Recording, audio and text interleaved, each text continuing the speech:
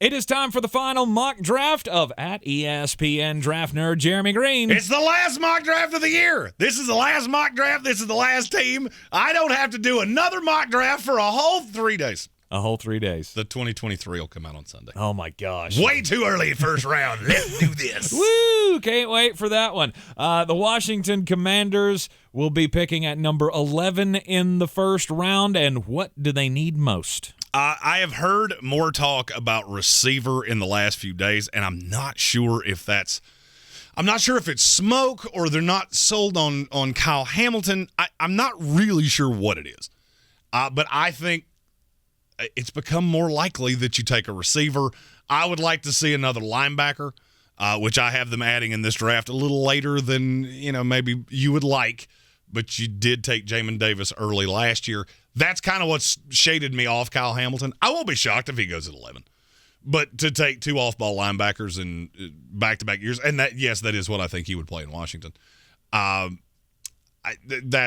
That's a lot of capital to use, and it's getting harder for me to believe they would do that. Well, your final mock draft is more what I think they're going to do at the 11 pick, which is get the best wide receiver that they possibly can on the board, and that guy ends up being Drake London, the wide receiver from USC. And look, Drake London is my number 1 receiver. I love him. I think he projects as a Mike Evans type of receiver that's just going to be a bitch to defend in the red zone.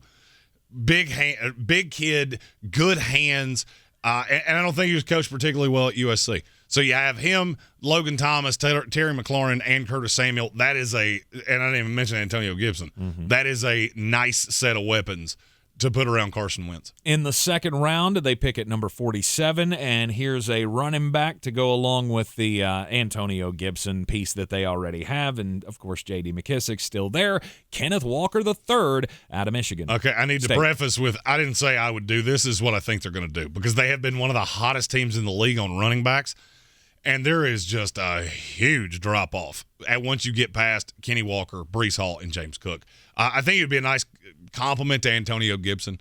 I think they saw last year that Gibson's he's got that basketball player build, and I just don't want him to have that over 3-down workhorse back, and this just helps Carson Wentz even more. Yeah, because he's always got an ankle, he's always got a knee, he's always got a thigh bruise, whatever. Yep, and this would give you the backup that takes some of the work off of him, and, I mean, to me, they would become 1A and 1B. And that makes this offense really dynamic. 4 picks on day 3 for the Washington Commanders. 1 in the 4th, 1 in the 6th, 2 in the 7th. So some ability to get some projects. The one I want to talk about is Josh Thompson, the cornerback out of Texas. He has gotten no love in this process, and I don't understand why.